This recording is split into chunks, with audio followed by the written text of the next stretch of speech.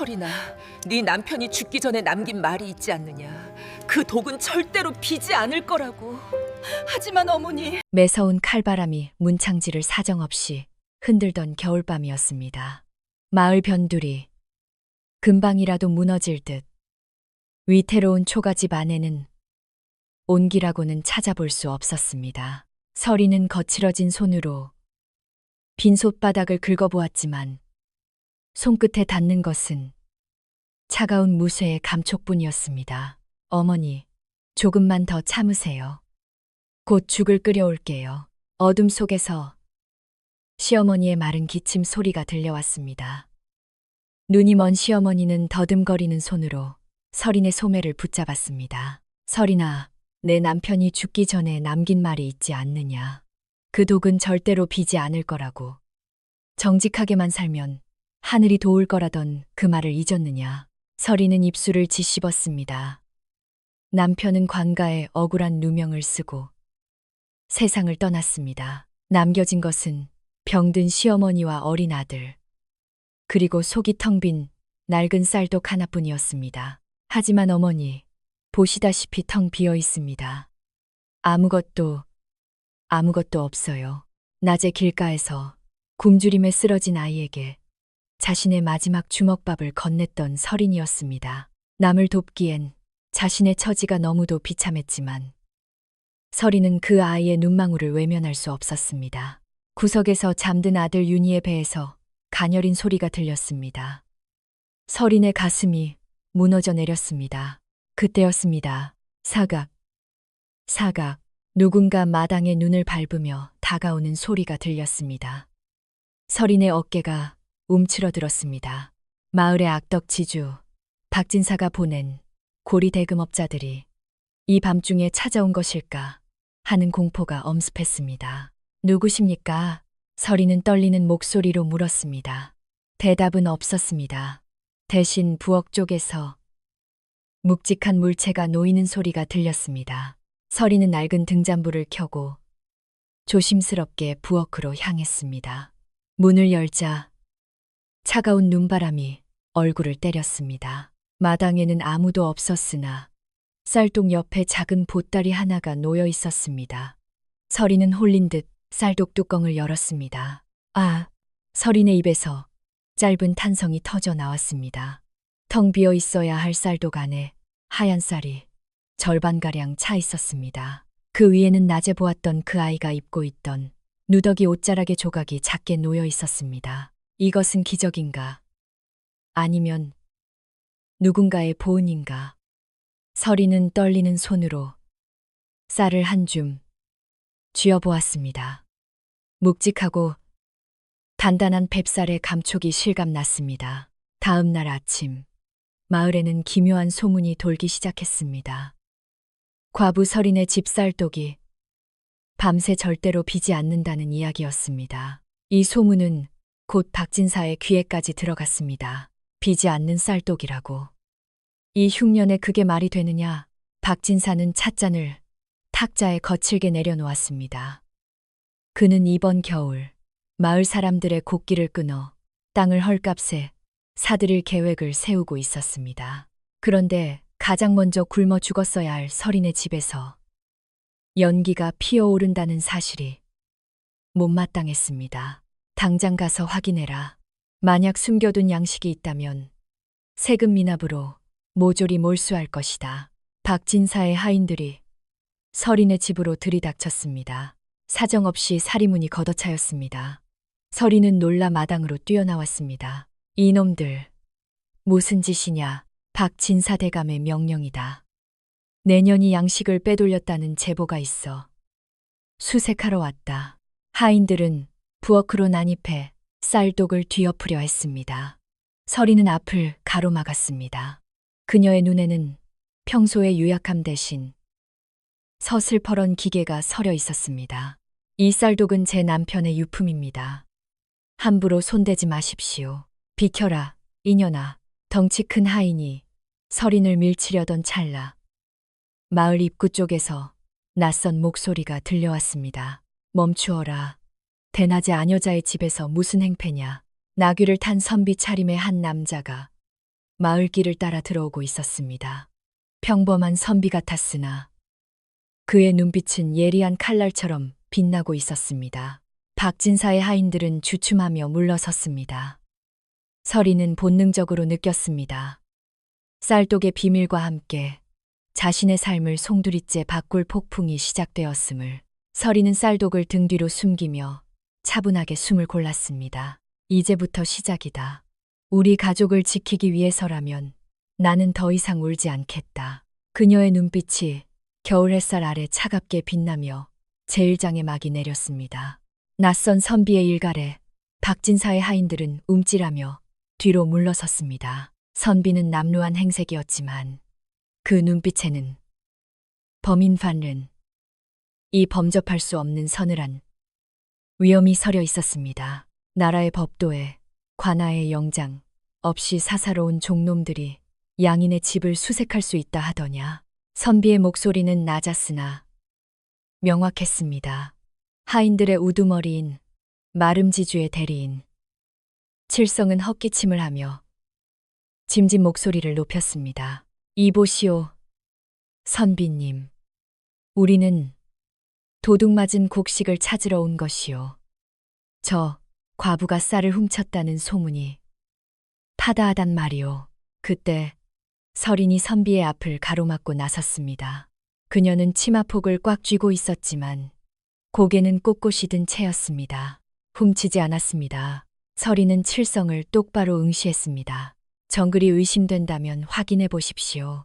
허나 만약 쌀독에서 나온 것이 훔친 물건이 아니라는 것이 밝혀진다면 부서진 살인문과 내 어머니를 놀라게 한 죗값을 치러야 할 것입니다. 칠성은 코웃음을 치며 부엌으로 성큼성큼 걸어 들어갔습니다.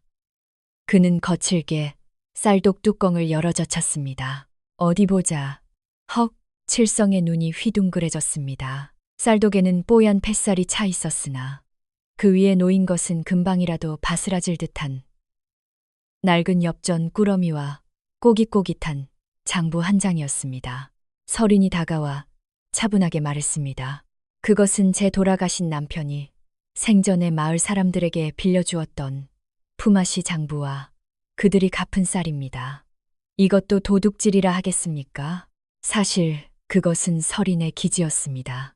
그녀는 어젯밤 쌀을 발견하자마자 혹시 모를 사태에 대비해 남편의 낡은 장부를 쌀 위에 올려두었던 것입니다.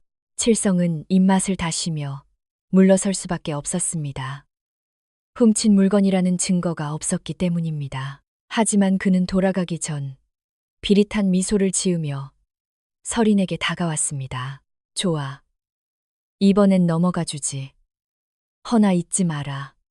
내 남편이 우리 대감마님께 진빚, 쌀, 열가마니 사흘 뒤까지 갚지 못하면 이 집과 텃밭은 우리 것이다. 물론 내년도 우리 집 노비로 들어와야 할 것이고.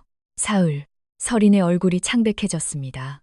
하인들이 왁자지껄하게 사라지자 마당에는 다시 정적이 찾아왔습니다. 서린은 그제야 긴장이 풀린 듯 다리에 힘이 풀려 주저앉으려 했습니다. 그때 낯선 선비가 다가와 정중히 손을 내밀지 않고 대신 묵묵히 부서진 살인문을 세워주었습니다. 배짱이 두둑하십니다, 부인.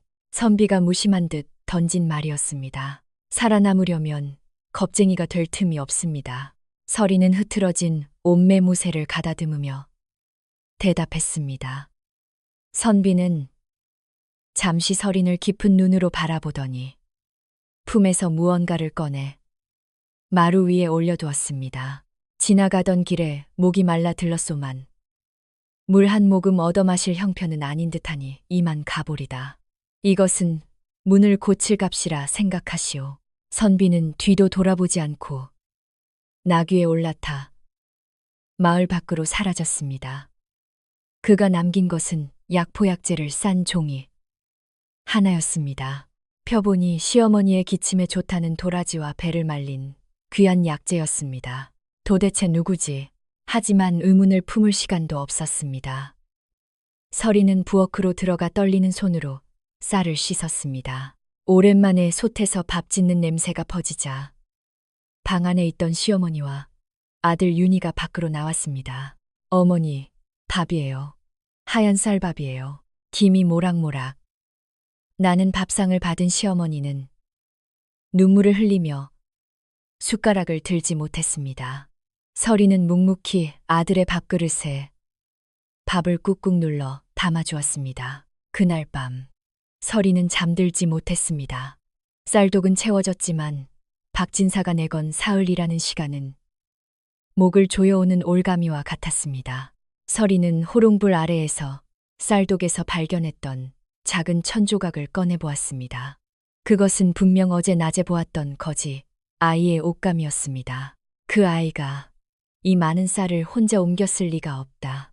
누군가 도와준 것이 분명해. 서린의 머릿속에서 빠르게 생각이 회전했습니다.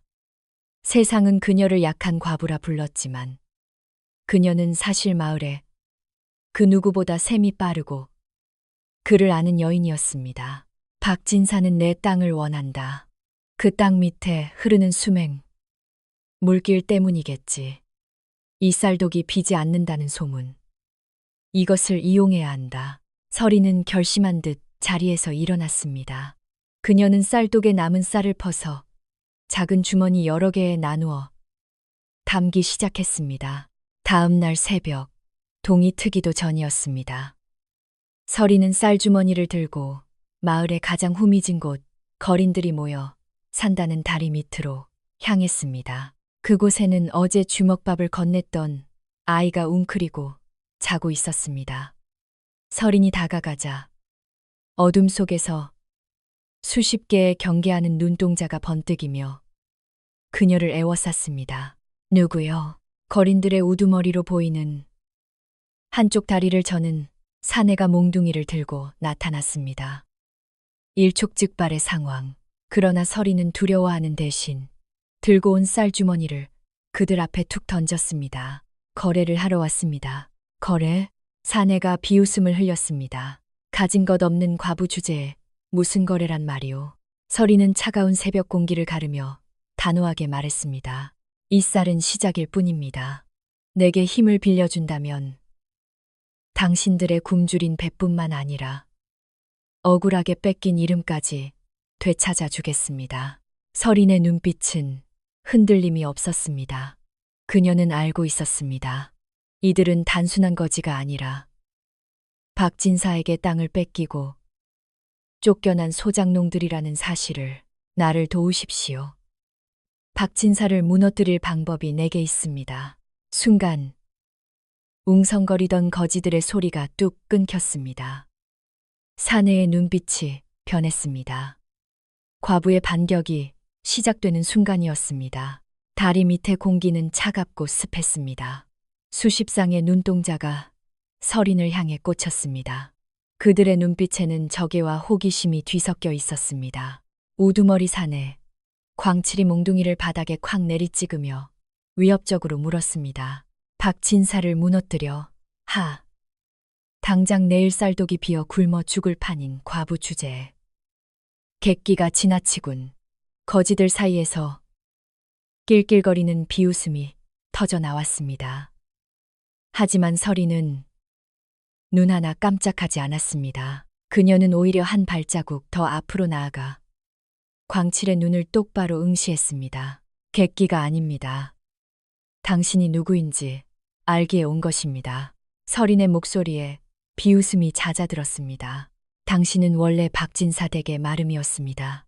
3년 전 박진사가 소작농들의 장부를 조작해 쌀을 착복하려던 걸 막으려다 누명을 쓰고 쫓겨났지요. 저기 구석에 앉은 노인은 10년 전 억울하게 땅을 빼앗긴 김첨지 어르신이고요.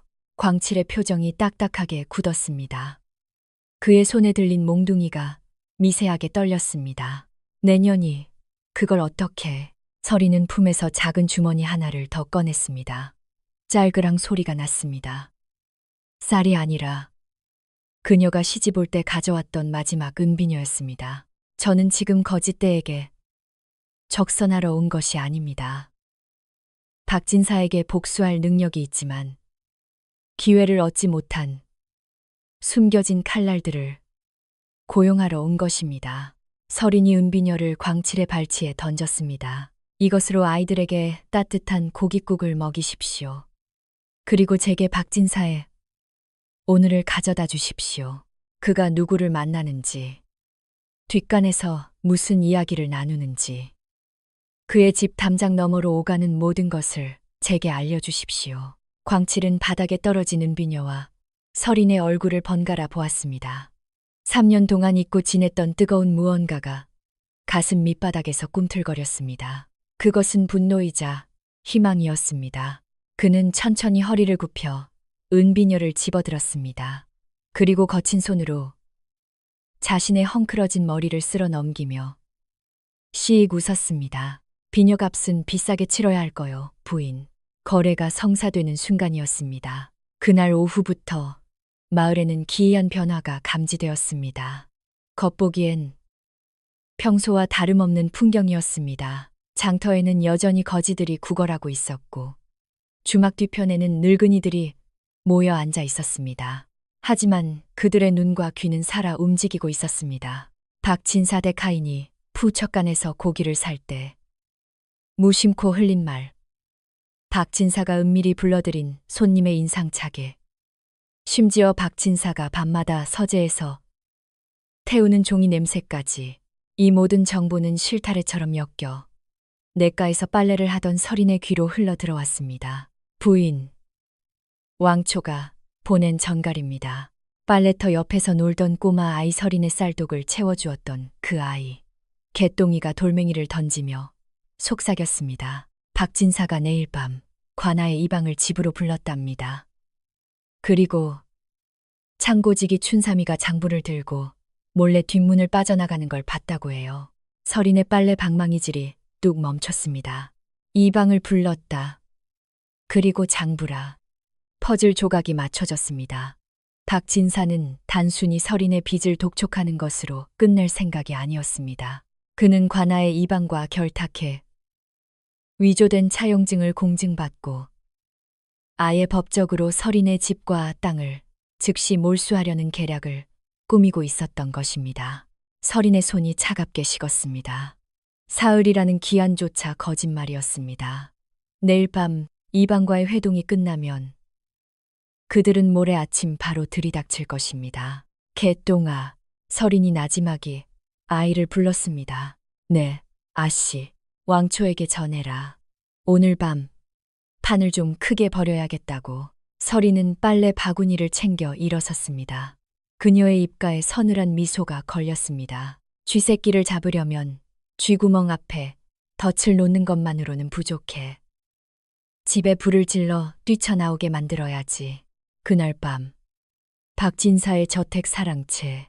박진사는 기름진 얼굴에 미소를 띠며 술잔을 기울이고 있었습니다. 흐흐. 이방 어른, 내일 도장만 찍어주시면 그 과부년의 땅은 제 것이 되고 그 땅을 팔아넘긴 차익의 사말은 어른께 드리리다. 암요, 진사영감. 그깟 무지렁이 과부 하나 처리하는 게 무슨 대수겠습니까? 서류는 이미 완벽하게 꾸며 놓았으니 걱정 마십시오. 탐욕스러운 웃음소리가 방을 채웠습니다. 바로 그때였습니다. 웅성웅성 저택 대문 밖이 소란스러워지기 시작했습니다. 처음에는 몇 명의 목소리 같더니 이내 수십 명의 웅성거림으로 커졌습니다. 뭐냐, 밖이 왜 이리 시끄러워. 박진사가 소리치자 하인이 허겁지겁 뛰어들어왔습니다. 마님, 큰일 났습니다. 대문 앞에 마을 사람들이 횃불을 들고 몰려왔습니다. 뭐라고? 감히 폭동이라도 일으키겠다는 거냐? 그게 아니라. 하인은 말을 잇지 못하고 벌벌 떨었습니다. 박진사가 이방과 함께 대문 앞으로 나가보았습니다. 그곳에는 횃불을 든 마을 사람들 수십 명이 모여 있었고 그 맨 앞에는 하얀 소복을 입은 서린이 단호한 표정으로 서 있었습니다. 그리고 서린의 옆에는 멍석에 말린 채 덜덜 떨고 있는 한 사내가 있었습니다. 바로 박진사의 비밀 장부를 들고 도망치려 했던 창고지기 춘삼이었습니다. 박진사의 안색이 흑빛으로 변했습니다. 서린이 쩌렁쩌렁한 목소리로 외쳤습니다. 마을 여러분, 박진사 댁 창고지기가 이 밤중에 쌀가마니와 장부를 훔쳐 달아나다 저희에게 붙잡혔습니다. 그런데 이 장부를 보니 여기 계신 여러분의 소장료가 조작된 내용이 적혀 있습니다. 뭐야? 네, 소장료가 조작됐다고. 마을 사람들의 눈에 불꽃이 튀었습니다.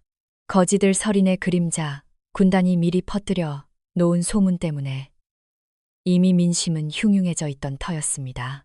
박진사는 다리가 후들거렸습니다.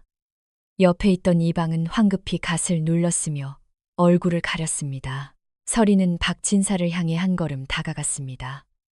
그녀의 뒤로 거지들과 농민들이 거대한 산처럼 버티고 섰습니다. 진사 어른, 해명해 보시지요. 이것이 도둑 맞은 장부입니까? 아니면 도둑질을 기록한 장부입니까? 이것은 단순한 방어가 아니었습니다. 약자가 강자의 목을 겨누는 치명적인 반격의 서막이었습니다. 이놈들, 뭣들 하느냐. 저 미친년과 폭도들을 당장 멍석말이하지 않고. 박진사의 고함 소리가 밤하늘을 찢을 듯 울려 퍼졌습니다. 그의 얼굴은 분노로 시뻘겋게 달아올라 있었습니다. 주인의 서슬 퍼런 명령에 몽둥이를 든 하인들이 주춤거리며 서린과 마을 사람들 쪽으로 다가왔습니다. 비켜라. 다치고 싶지 않으면. 하인들이 위협하자 횃불을 든 농민들의 기세가 조금씩 꺾이기 시작했습니다. 뼛속 깊이 박힌 양반에 대한 두려움은 쉽게 사라지는 것이 아니었습니다. 뒷걸음질 치는 사람들 사이로 공포감이 전염병처럼 번졌습니다. 하지만 단 한 사람, 서린만은 물러서지 않았습니다. 그녀는 손에 들고 있던 장부를 높이 치켜들며 횃불 가까이 가져갔습니다. 한 발짝만 더 다가오면 이 장부를 태워버리겠습니다. 하인들의 발이 뚝 멈췄습니다. 박진사의 눈이 튀어나올 듯 커졌습니다. 뭐라, 내년이 감히.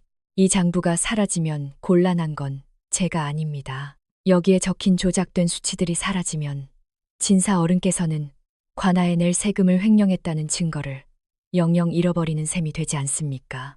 아니면 이 장부를 들고 지금 당장 가명, 도청으로 달려가 감찰사께 바칠까요? 서린의 목소리는 차분했지만 그 내용은 비수처럼 날카로웠습니다. 횡령과 감찰사. 이 두 단어에 반응한 것은 박진사가 아니라 뒤에 숨어있던 이방이었습니다. 이방은 사색이 되어 박진사의 소매를 잡아당겼습니다. 진사 어른, 참으시오. 여기서 소란이 더 커져서 정말로 가명에서 조사라도 나오면 우리 다 죽습니다. 게다가 저 여자가 들고 있는 게 진짜 이중장부라면. 박진사는 이를 갈았습니다. 부들부들 그의 주먹이 분노로 떨렸습니다. 눈앞에 저 보잘것없는 과부가 자신의 목줄을 쥐고 흔들고 있었습니다. 하지만 이방의 말이 맞았습니다. 지금은 밤이었고 보는 눈이 너무 많았습니다. 여기서 무력을 썼다가는 걷잡을 수 없는 사태가 벌어질 것이 뻔했습니다. 원하는 게 뭐냐? 박진사가 짐승 같은 신음소리를 내며 물었습니다. 서린은 장부를 쥔 손을 내리지 않은 채 또렷하게 말했습니다. 거래를 합시다. 거래? 제 남편이 남겼다는 빚, 쌀 10가마니.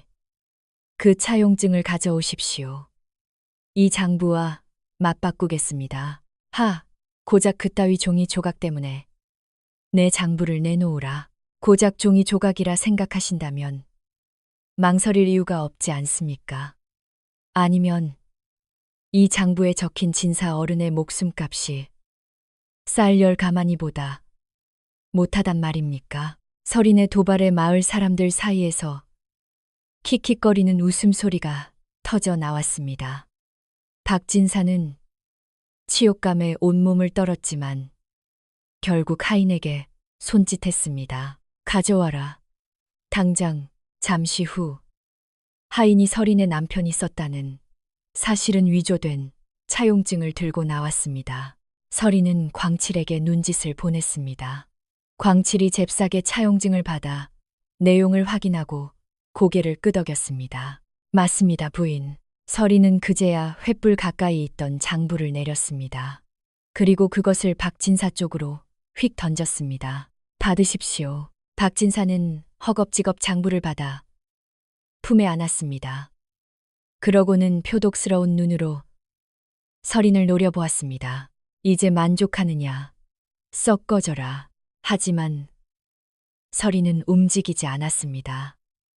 그녀는 손에 쥔 차용증을 모두가 보는 앞에서 횃불 위로 가져갔습니다. 건조한 종이에 불이 붙자 순식간에 붉은 불꽃이 타올랐습니다. 서린은 불타는 종이를 허공에 놓았습니다. 검은 재가 되어 흩날리는 빈 문서를 바라보며 그녀는 비로소 길게 숨을 내쉬었습니다. 이것으로 제 남편의 빚은 사라졌습니다. 하지만 서린은 타다 남은 재를 밟으며 박진사를 응시했습니다. 오늘 밤 진사 어른이 보여주신 그 추한 탐욕은 마을 사람들의 기억 속에 영원히 남을 것입니다. 서린이 뒤를 돌아 마을 사람들에게 말했습니다. 돌아갑시다. 와, 마을 사람들의 환호성이 밤하늘을 메웠습니다.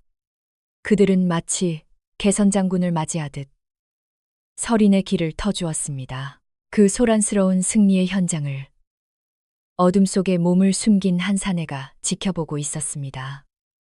바로 낮에 서린의 집문을 고쳐주었던 그 선비였습니다. 그는 가끈을 만지작거리며 흥미롭다는 듯 중얼거렸습니다. 재미있군. 장부는 가짜였을 텐데. 사실 서린이 들고 있던 장부는 춘삼이 훔쳐나온 진짜가 아니었습니다. 춘삼이 들고 나온 것은 거표지만 같은 헌책이었고 진짜 장부는 이미 서린이 안전한 곳에 빼돌려둔 상태였습니다. 박진사는 당황한 나머지 내용을 확인조차 하지 않고 가짜 장부를 챙긴 것이었습니다. 호랑이를 잡으려면 굴에 들어가야 한다지만 저 여인은 굴 밖에서 불을 질러 호랑이를 잡는구나. 선비의 입가에 옅은 미소가 번졌습니다. 한편 대문이 닫힌 박진사의 사랑채. 박진사는 서린이 던져준 장부를 펼쳐보고는 비명을 질렀습니다. 아, 이 인연이. 장부 안에는 아무런 내용도 없는 백지만 가득했습니다. 속았다는 사실을 깨달은 박진사는 찻잔을 집어 던지며 길길이 날뛰었습니다. 감히 나를 능멸해 내 인연을 가만두지 않겠다. 갈기갈기 찢어 죽일 것이다. 그때 옆에서 식은땀을 닦던 이방이 조심스럽게 입을 열었습니다. 진사 어른 진정하십시오. 근데 좀 이상하지 않습니까? 뭐가 말이냐? 저 과부 말입니다. 보통 아녀자가 아닙니다. 아까 그 눈빛. 그리고 춘삼이가 장부를 훔칠 것을 미리 알고 있었다는 듯한 저 치밀함. 혹시 이방이 목소리를 낮췄습니다. 죽은 남편이 놈에게 무언가 남긴 게 아닐까요? 단순히 쌀독 타령이나 하는 미친년이 아닙니다. 박진사의 눈동자가 번뜩였습니다. 분노로 가득 찼던 머릿속이 차갑게 식으며 더욱 잔인한 사례가 피어올랐습니다. 그래, 내 말이 맞다. 놈이 죽기 전에 헛소리를 짓거렸었지. 증거를 숨겨뒀다고. 박진사는 깨진 찻잔 조각을 으드득 밟았습니다. 공권력으로 누를 수 없다면 어둠을 써야지. 여우 사냥에는 사냥개를 풀어야 하는 법. 그는 어둠 속을 향해 나직하게 명령했습니다. 살수살인 청부업자를 불러라. 오늘 밤 저 과부의 집에 진짜 곡소리가 나게 해주마. 승리의 기쁨에 취해 집으로 돌아가는 서린의 등 뒤로 검고 묵직한 죽음의 그림자가 들이우고 있었습니다. 마을의 소란이 잦아들고 달빛만이 서린의 초가집 마당을 차갑게 비추고 있었습니다. 박진사와의 담판에서 승리하고 돌아온 서린이었지만 그녀의 가슴 한구석에는 여전히 가시지 않는 불안함이 도사리고 있었습니다. 박진사 같은 자가 이토록 허무하게 물러설 리 없다는 것을 본능적으로 직감했기 때문입니다. 서리는 방 안에서 깊게 잠든 아들 윤희의 머리칼을 쓸어 넘겼습니다. 시어머니는 오랜만에 배불리 먹은 덕분인지 옅은 숨소리를 내며 깊은 잠에 빠져 있었습니다. 서리는 자리에서 일어나 조용히 부엌으로 향했습니다. 그녀는 화로에 남은 불씨를 뒤척이며 생각에 잠겼습니다. 그는 분명히 다시 올 것이다. 이번에는 관아의 법도가 아니라 더 어둡고 비열한 방법을 쓰겠지. 서리는 쌀동 옆에 놓인 식칼을 물끄러미 바라보았습니다. 아녀자의 힘으로 살수나 장정들을 상대하는 것은 불가능했습니다. 하지만 그녀에게는 박진사가 가지지 못한 무기가 있었습니다. 바로 이곳의 지형과 자신을 돕기로 맹세한 그림자 군단이었습니다. 그 시각 마을 어귀 숲속 검은 복색을 한 산의 셋이 소리 없이 움직이고 있었습니다. 그들의 손에는 달빛을 머금은 서슬 퍼런 검날이 쥐어져 있었습니다. 목표는 과부 하나와 노인네, 그리고 어린애다. 흔적을 남기지 마라. 화재로 위장한다. 우두머리로 보이는 사내가 나직하게 명령했습니다. 그들은 박진사가 거액을 들여 고용한 전문 살수들이었습니다. 그들에게 양민 하나를 처리하는 것은 식은 죽 먹기보다 쉬운 일이었습니다. 살수들이 서린의 집 담벼락을 넘으려던 찰나였습니다. 발밑에서 마른 대잎 밟는 소리가 들렸습니다. 살수들은 일제히 동작을 멈추고 주위를 경계했습니다. 하지만 들리는 것은 고요한 산짐승의 울음소리뿐이었습니다. 착각인가? 그들이 다시 담을 넘으려 발을 뗐을 때였습니다. 갑자기 사방에서 기괴한 소리가 들려오기 시작했습니다. 휙휙. 누군가 휘파람을 부는 듯 하더니 갑자기 어둠 속에서 수십 개의 돌멩이가 비처럼 쏟아졌습니다. 끄악. 뭐야. 갑작스러운 습격에 살수들이 당황해 흩어졌습니다. 어둠 속에서 누군가의 목소리가 들려왔습니다. 이봐, 나리들. 남의 집 담벼락을 넘으려면 통행료를 내야지. 광칠이었습니다. 그의 뒤로는 몽둥이와 돌을 든 거짓패 수십 명이 어둠 속에서 유령처럼 나타났습니다. 그들은 서린의 부탁을 받고 이미 집 주위에 매복하고 있었던 것입니다. 이 더러운 거지 새끼들이 살수가 화가 치밀어 검을 휘둘렀습니다. 하지만 광칠과 거지들은 정면으로 싸우지 않았습니다. 그들은 이 동네의 골목과 지형을 누구보다 잘 알았습니다. 그들은 담장 너머로 숨었다가 나타나기를 반복하며 살수들의 진을 뺐습니다. 그 혼란스러운 와중에 서린이 부엌문을 열고 밖으로 나왔습니다. 그녀의 손에는 횃불이 들려 있었습니다. 멈추십시오. 서린의 외침에 싸움이 잠시 찼었습니다. 살수 우두머리는 코웃음을 쳤습니다. 내년이 제 발로 죽으러 나왔구나. 죽으러 나온 것은 제가 아니라 당신들입니다. 박진사가 당신들에게 약속한 대가가 얼마인지는 모르겠으나 그가 살인죄까지 뒤집어 씌우려 한다는 것을 알고 있습니까? 무슨 헛소리냐. 지금쯤 관아의 포교들이 이쪽으로 오고 있을 겁니다. 박진사는 당신들이 나를 죽이면 당신들을 강도로 몰아 관아에 고발하고 자신의 장부를 되찾으려 할 것입니다. 당신들은 그에게 사냥개일 뿐만 아니라 버리는 꼴이에 불과하다는 말입니다. 살수의 눈동자가 흔들렸습니다.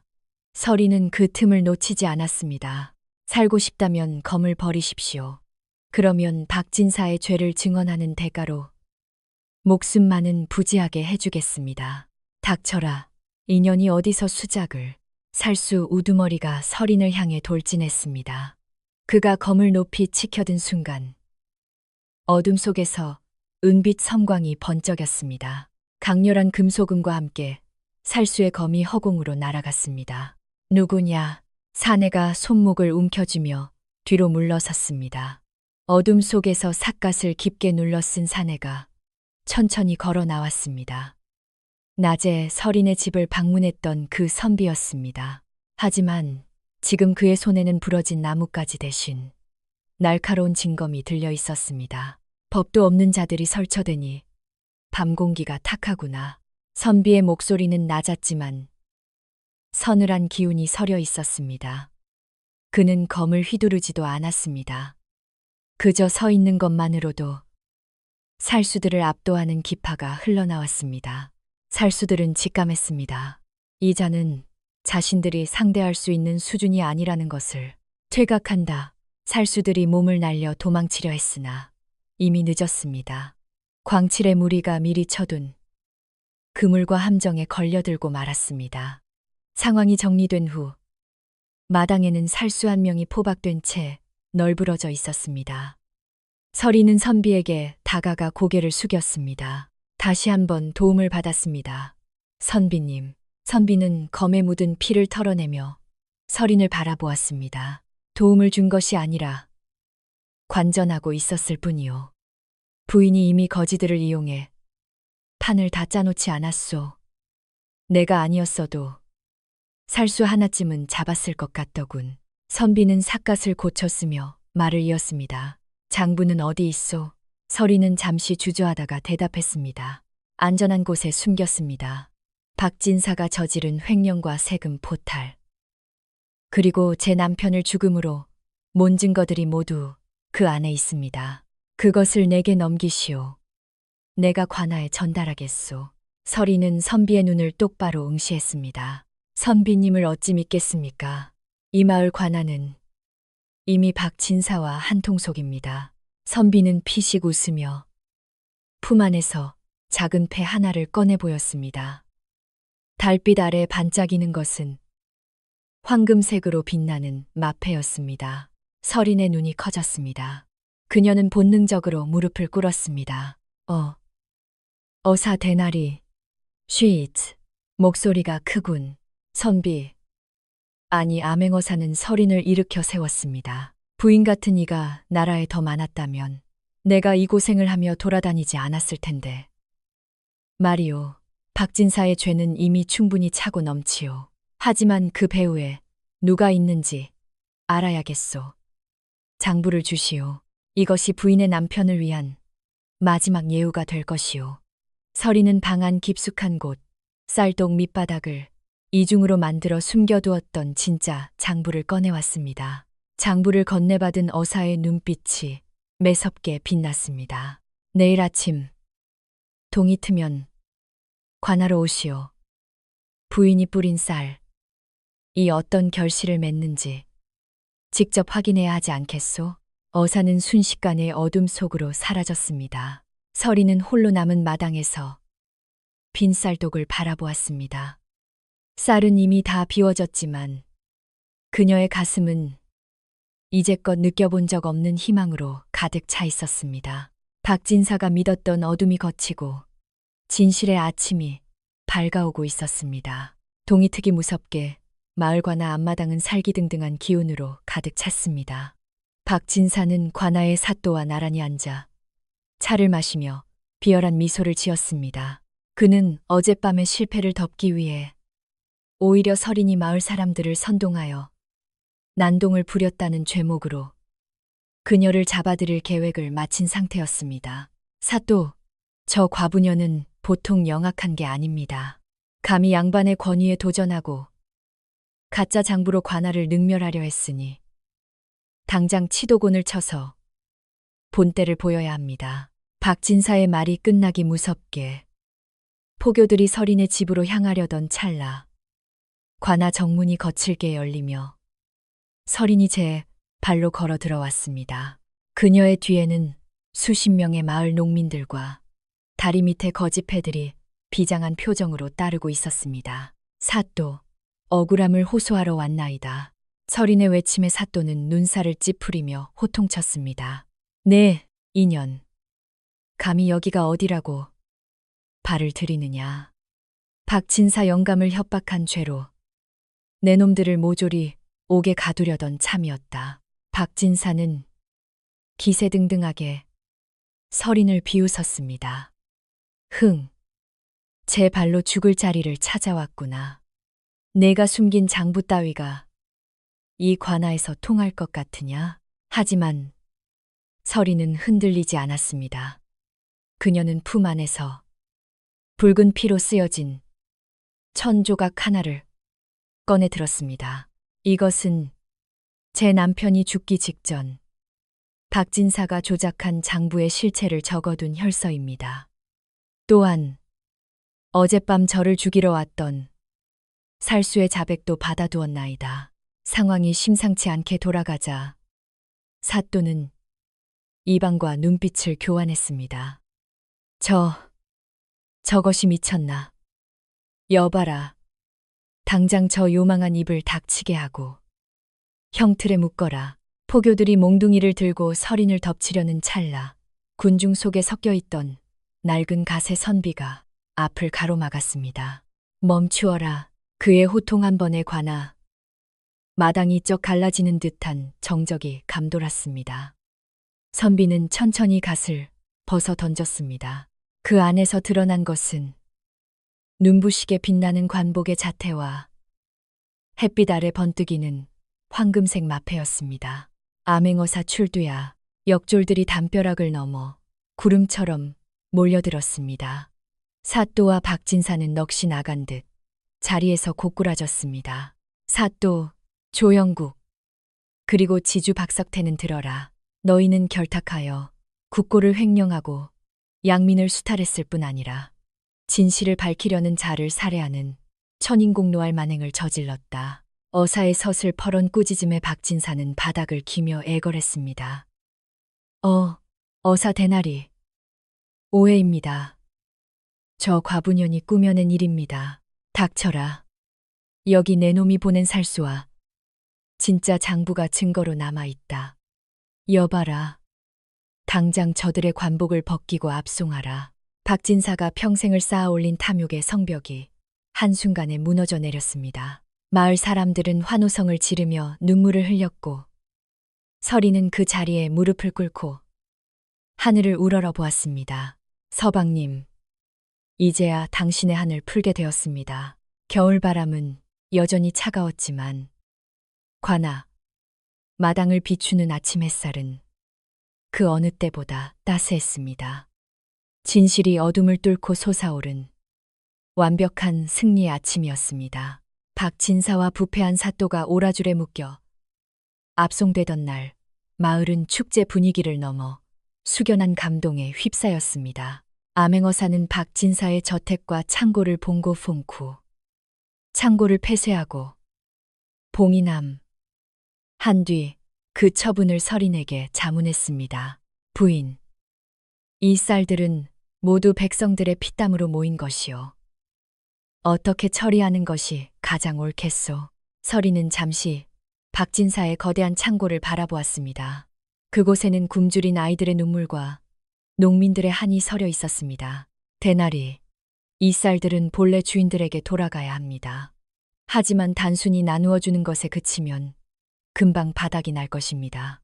마을 공동에 의창이 천을 세워 흉년에는 빌려주고 풍년에는 채워 넣는 자립의 기틀을 마련해 주십시오. 어사는 서린의 깊은 안목에 감탄하며 무릎을 쳤습니다.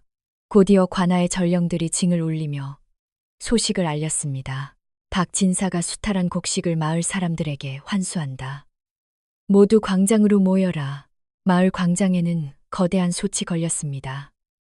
서린은 직접 앞치마를 두르고 솥 앞에 섰습니다. 수년 동안 고기 구경은커녕 멀건 죽으로 연명하던 사람들이 밥냄새를 맡고 모여들었습니다.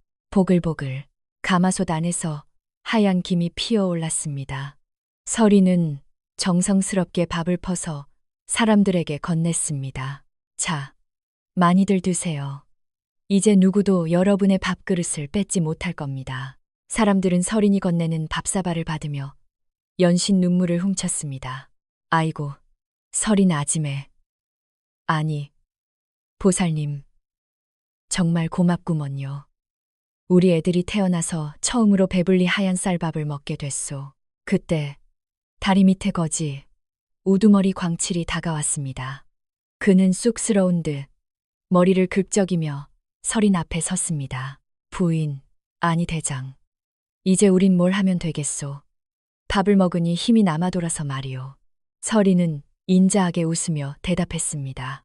광칠 형님. 그 힘으로 박진사가 방치했던 버려진 땅들을 일구어 주십시오. 이제 그 땅은 박진사의 것이 아니라 땀 흘려 일하는 여러분의 것입니다. 거지라고 무시당하던 이들의 눈에 생기가 돌기 시작했습니다. 그들은 구걸통 대신 쟁기와 삽을 들기로 맹세했습니다. 그날 저녁, 서리는 홀로 자신의 낡은 초가집으로 돌아왔습니다. 부엌 구석에 놓인 낡은 쌀독을 열어보았습니다. 이제 그 안에는 암행어사가 하사한 쌀이 가득 차 있었습니다. 더 이상 정체 모를 누군가의 보훈을 기다리지 않아도 되었습니다.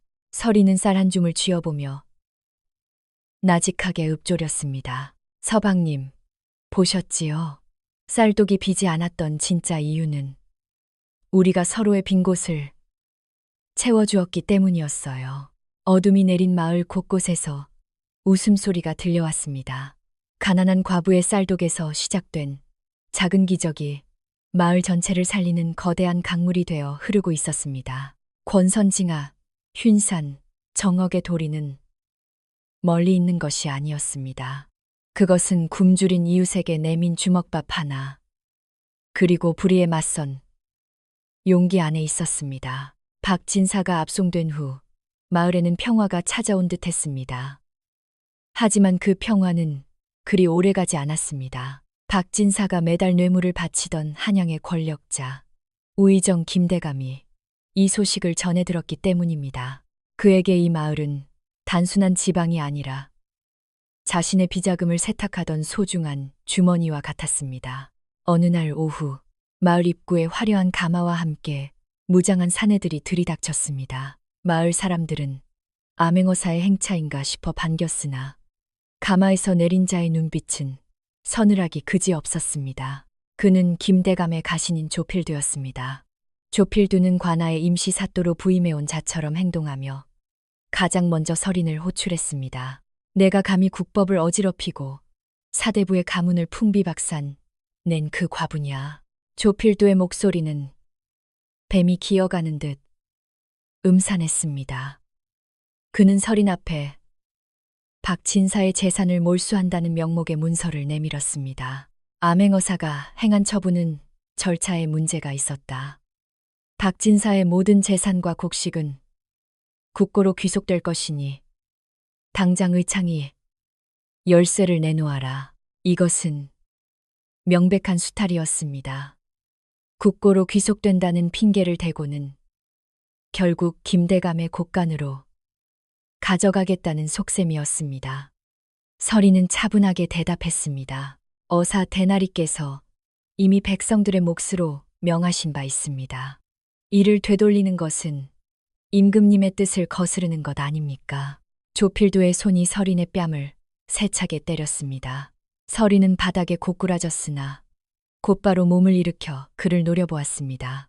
천한 것이 감히 임금님을 들먹여 당장 저 계집을 옥에 가두고 마을의 쌀을 모조리 수거하라. 저항하는 자는 반역으로 다스릴 것이다. 마을 사람들은 공포에 질려 웅성거렸습니다. 조필두의 사병들이 들이닥쳐 농민들이 애써 일궈놓은 곡식을 다시 빼앗기 시작했습니다. 하지만 서리는 옥에 갇히기 직전 구경꾼들 사이에 섞여 있던 광칠과 눈빛을 교환했습니다. 그날 밤 차가운 감옥 창살 너머로 서리는 달을 보았습니다. 그녀는 알고 있었습니다. 조필두 같은 자들은 탐욕스럽지만 치밀하지 못하다는 것을 말입니다. 부인, 정신이 드시오. 어둠 속에서 광칠의 목소리가 들려왔습니다. 그는 감옥 뒷담을 타고 몰래 접근해 있었습니다. 형님, 약속했던 대로 움직이십시오. 조필두는 내일 새벽 모든 쌀을 수레에 실어 한양으로 출발할 것입니다. 하지만 그 수레가 마을 경계를 넘게 해서는 안 됩니다. 걱정 마쇼. 우리 애들이 벌써 길목마다 함정을 파놨소. 그런데 부인은 어쩌고? 저놈들이 부인을 해치면. 서리는 나직하게 웃었습니다. 저들이 나를 건드리지 못하게 할 패가 있습니다. 조필두의 품 안에는 김대감에게 보낼 비밀 서신이 있을 겁니다. 그것을 훔쳐내야 합니다.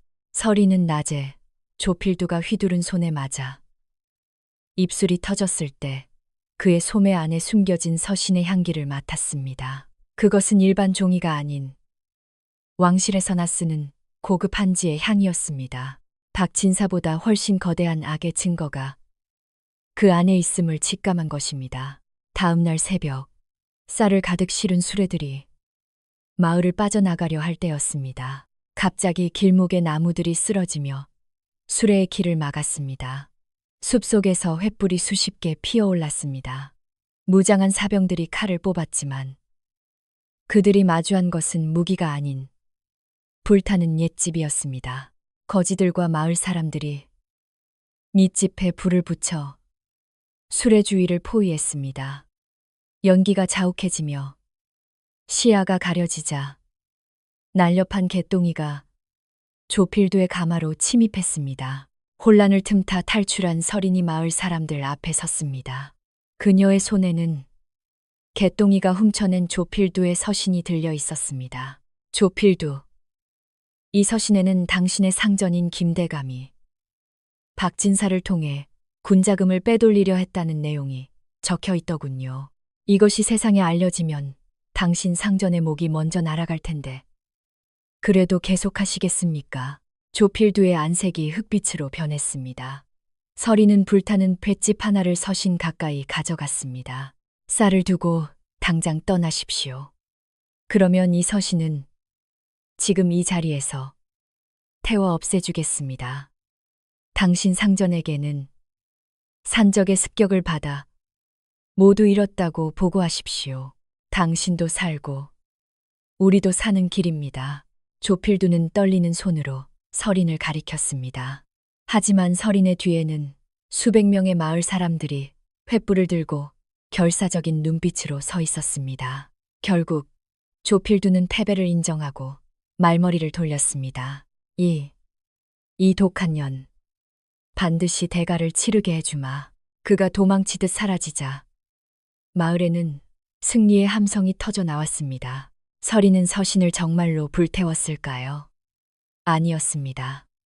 그녀는 서신의 겉봉투만 태웠을 뿐.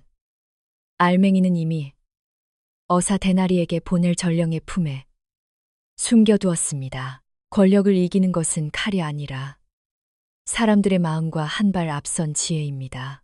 서리는 쌀가마니 위에 주저앉아 거친 숨을 몰아쉬었습니다. 이제 그녀는 단순한 과부가 아니었습니다. 이 마을의 진정한 수호자였습니다. 마을의 소문은 발이 없어도 만리를 갔습니다.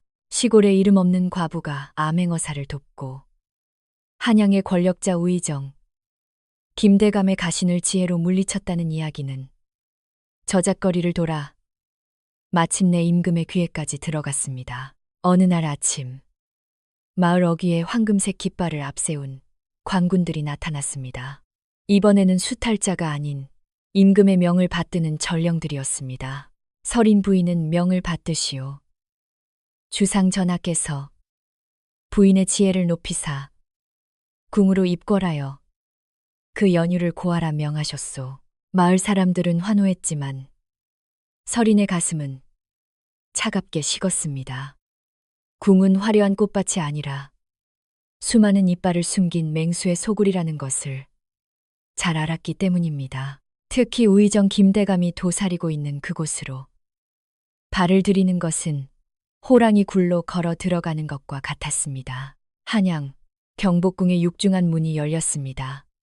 서리는 소박하지만 정갈한 무명옷 차림으로 대전, 다된 앞들에 섰습니다. 양옆으로는 고관 대작들이 줄지어 서서 그녀를 경멸과 호기심이 섞인 눈으로 바라보았습니다. 그 중에서도 특히 서늘한 눈빛을 쏘아대는 이가 있었으니 바로 우의정 김대감이었습니다. 임금이 입을 열었습니다.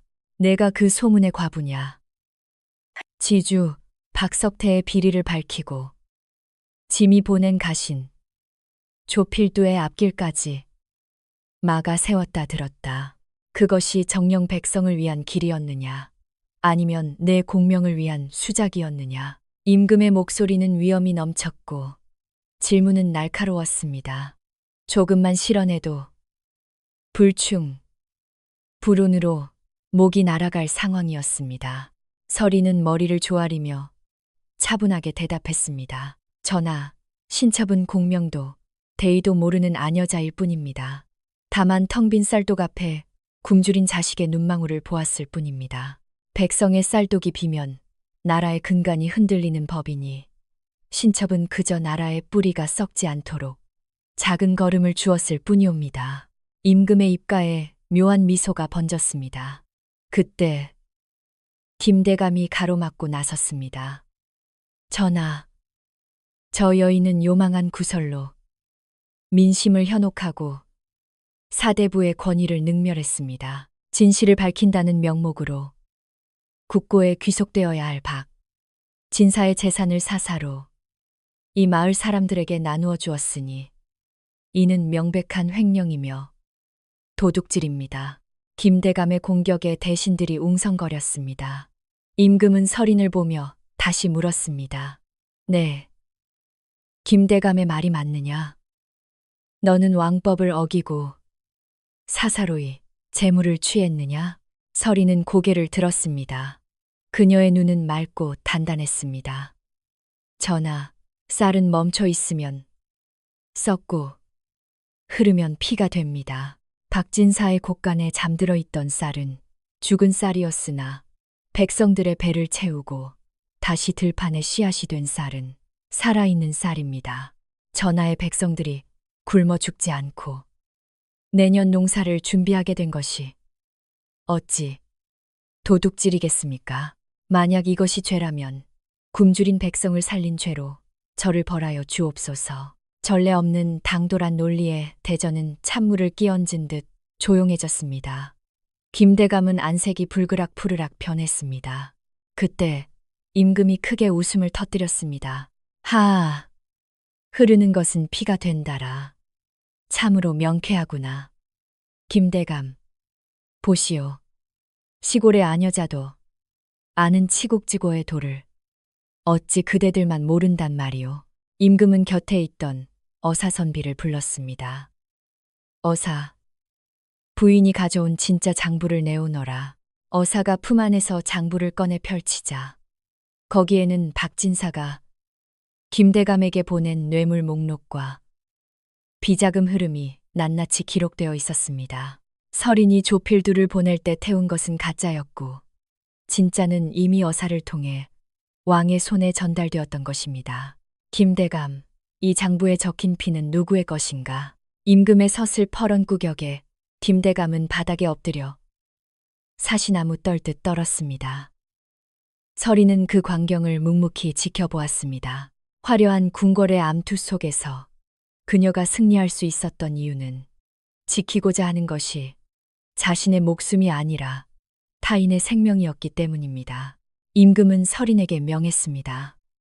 부인의 공을 높이사 내 특별히 정경 부인의 준하는 칭호와 함께 그 마을의 의창이차 물 관리할 전권을 주노라. 가서 백성들의 쌀독이 다시는 비지 않도록 힘쓰거라. 서린은 궁을 나오며 생각했습니다.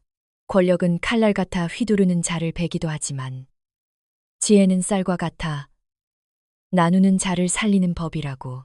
궁궐 문 밖에는 그녀를 기다리는 어사선비가 서 있었습니다.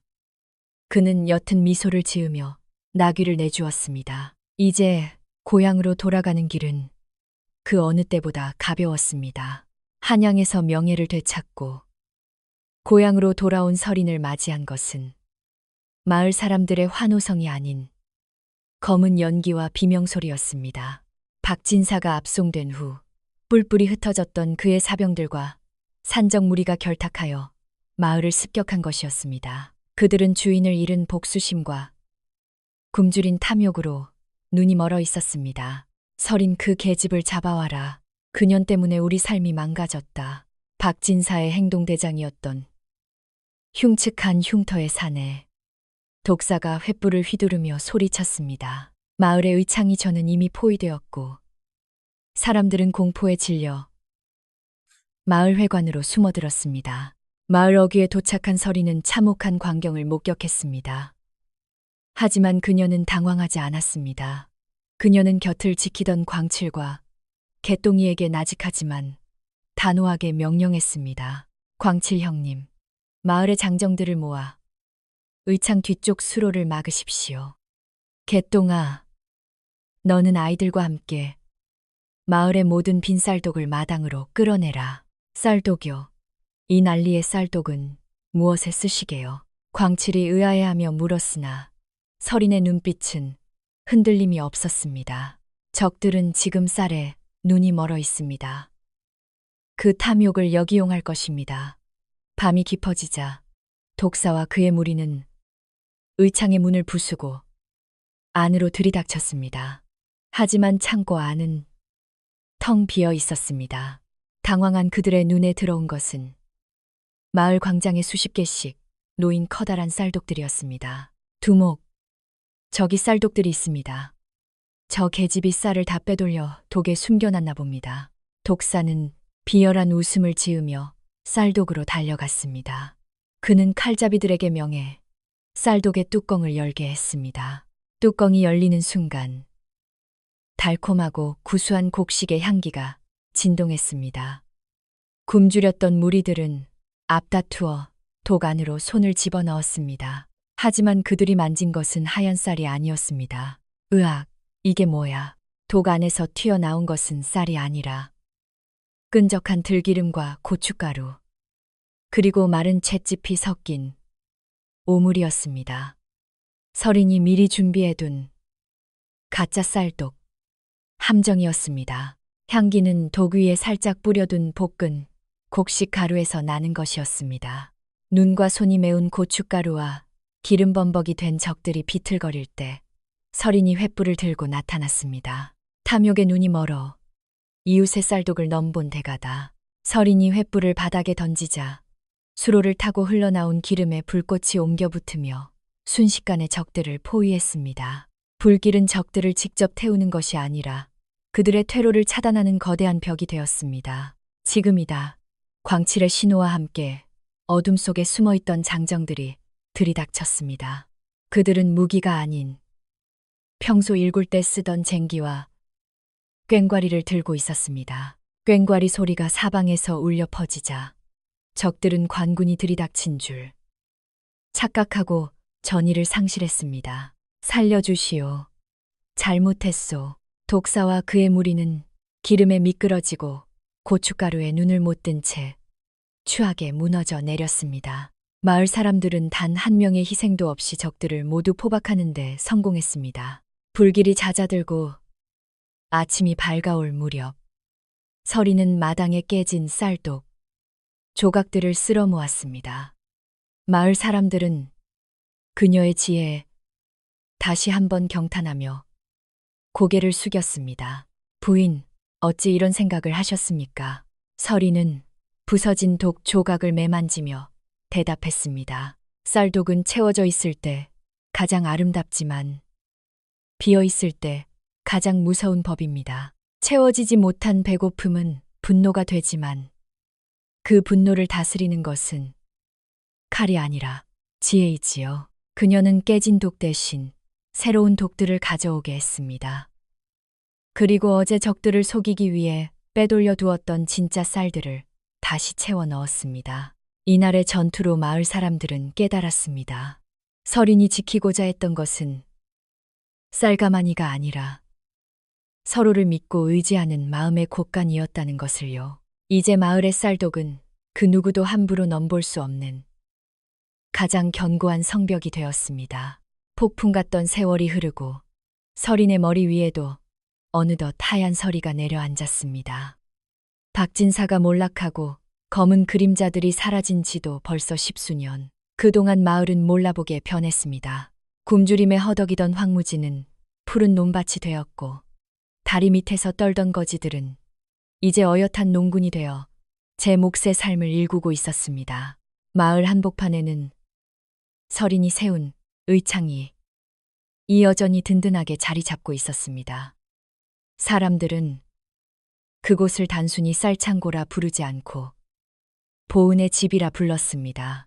어느 화창한 봄날, 한양으로 과거를 보러 떠났던 서린의 아들 윤희가 비단 옷을 입고 고향으로 돌아왔습니다. 당당히 급제하여 관직을 제수받은 아들은 어머니 앞에 큰 절을 올렸습니다. 어머니, 소자 어머니의 가르침대로 백성의 고혈을 짜지 않는 청렴한 관리가 되겠습니다. 서린은 장성한 아들의 손을 잡으며 인자하게 웃었습니다. 오냐, 윤아. 관직이란 높은 자리가 아니라 더 낮은 곳을 살피는 자리임을 잊지 마라. 내 배가 부를 때 쌀독이 빈 이웃의 소리를 듣는 귀를 가져야 한다. 윤희는 어머니의 말씀을 가슴 깊이 새겼습니다. 그날 밤 모자는 오랜만에 마주 앉아 갓 지은 하얀 쌀밥을 나누어 먹었습니다. 윤희가 밥을 먹다 문득 물었습니다. 어머니, 이제는 말씀해 주실 수 있나요? 아주 옛날 우리 집이 가장 가난했을 때 매일 밤 쌀독을 채워주던 그 기적의 진짜 정체를 말이에요. 서린은 창밖의 달빛을 보며 회상에 잠겼습니다. 그것은 기적이 아니었단다. 처음 그 독에 쌀을 채워준 것은 내가 주먹밥을 나눠주었던 개똥이었지. 개똥이가 산에서 캔 머루와 다래를 장터에 팔아 쌀 한 줌을 가져왔고 그 다음 날은 내 남편에게 은혜를 입었던 김노인이 또 그 다음 날은 이름 모를 누군가가 채워주었지. 윤희는 눈을 크게 떴습니다. 그럼 정말 누군가 마법을 부린 게 아니었군요. 그래.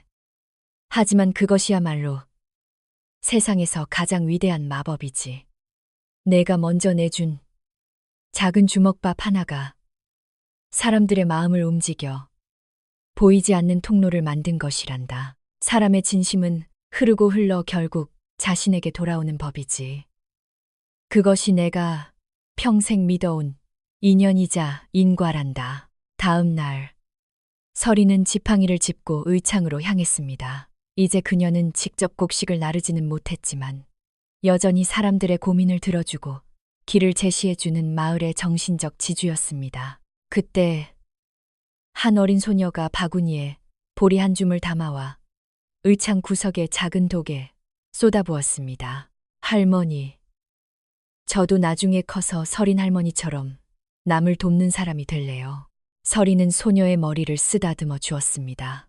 착하구나. 내가 부은 이 한 줌의 보리가 훗날 누군가에겐 생명의 줄기가 될 거란다. 서린은 이제 깨달았습니다. 자신의 역할은 끝났지만 그녀가 심은 선산의 씨앗은 이미 마을 전체에 뿌리 내렸음을 말입니다.